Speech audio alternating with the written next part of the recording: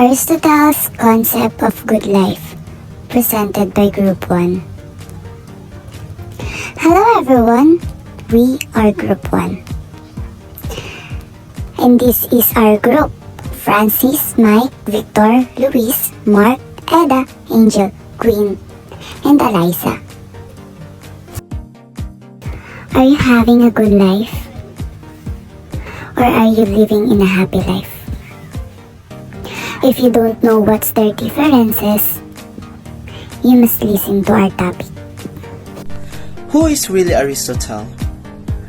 Aristotle was one of the greatest philosophers who ever lived, and the first genuine scientist in history. He made pioneering contribution to all fields of philosophy and science.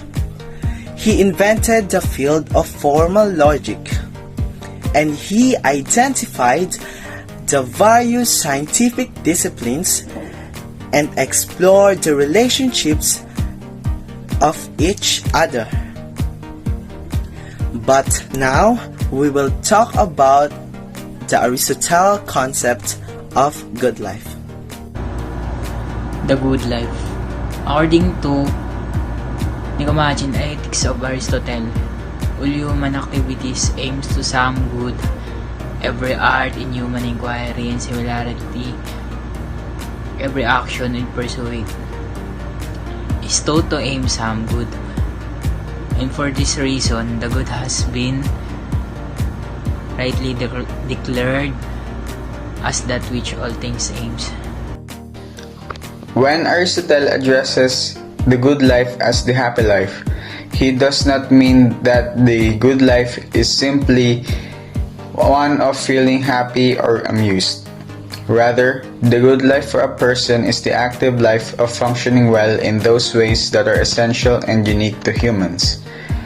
Aristotle invites the fact that if we have happiness, we do not need any other things, making it an intrinsic value. In contrast, things such as money or power are extrinsic valuables, as they are all means to an end. What is the really meaning of good life? At the beginning, Nicomachean Ethics, Aristotle aims to identify the highest good for human being, while most people believe that the highest good is the acquisition, material, wealth, pursuit, honor, or satisfaction, bodily pleasure, living with the comfort and luxury with the few problems or worries characterized by happiness from living and doing well. Aristotle argues that all of these goods are deficient as the highest good in some way. Material wealth is always acquired to the purpose if attaining something else. Pursuing honors is not connected to any characteristic of the person himself, but how others perceive him. And satisfied bodily pleasure is not a good peculiar to human beings. The picture tells how human protect his wealth, and this is that living in that life defines the good life. Eudaimonia.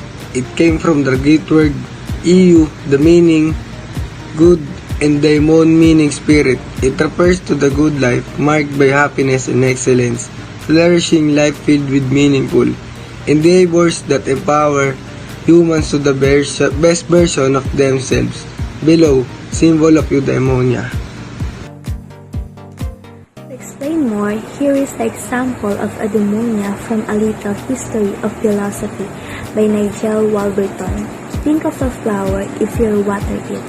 Give enough light, maybe feed it a little, then it will grow and bloom. Human being can flourish like a flower too. It will grow if you take care of it. And that's eudaimonia by Aristotle. And again, eudaimonia is flourishing life filled with meaningful endeavors to empower humans to be the best version of themselves. Aristotle's view of the good life is the activity of self-following virtues. Believe that good for humans is the maximum realization, or what was unique to humans. The good for humans was to reason well. The task of the reason was to teach humans how to act virtuously and exercise faculties following the virtue.